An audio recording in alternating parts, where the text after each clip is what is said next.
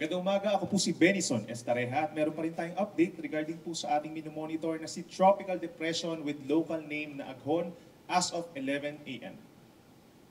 Ito po yung ating latest satellite animation and as of 10 in the morning ay namataan yung sentro nitong si Bagyong Aghon sa coastal waters po ng bayan ng San Vicente sa may northern Samar.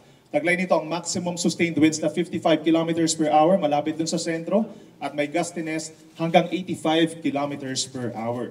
At may kabilisan po pagkilos ito pa northwestward or pahilagang kanluran sa bilis na 30 kilometers per hour. Ito pong si Bagyong Aghon ay technically maliit na bagyo. Nasa around 200 to 300 kilometers po yung kanyang kabuuang lawak. Subalit yung mga outer cloud bands na tinatawag, yung mga nasa palibot nito ng mga makakapal na ulap, ay siya nagpapaulan din po sa bahagi pa ng Visayas, dito rin sa malaking bahagi ng Mimaropa, including Northern Palawan, at hanggang dito sa may areas po ng Cagayan Valley, Central Luzon, Calabarzon, at mga nearby areas pa po dito sa may Northern Luzon.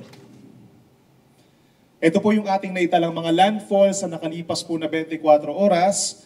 Meron tayong unang landfall kahapon po 11:20 p.m. sa isla ng Homonhon sa Giwan, Eastern Samar. Sinundan po yan ng pangalawa at pangatlong landfall hanggang pang-apat na landfall po dito sa Samar, Giporlos, Eastern Samar as of 12:40 a.m. kanina.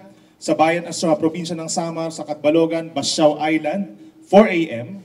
At Cagduyong Island sa Catbalogan, Samar pa rin po kaninang alas 5 ng madaling araw. So maaaring magkaroon pa tayo ng mga panibagong mga landfalls po. Inaasahan natin kasi na nandito siya ng alas 10 ng umaga, so maaaring tumama yung gitna mismo nitong si Bagyong Aghon dito po sa may Masbate, maaaring sa mainland Masbate sa may eastern side o dito sa may Ticao Island. And then afterwards, maaaring bagtasin din po yung paligid ng mga tubig dito sa may Burias Island, patungo dito sa may Ragay Gulf, hanggang sa makatawid po dito sa may southern portion of Quezon, panibagong landfall po ulit yan.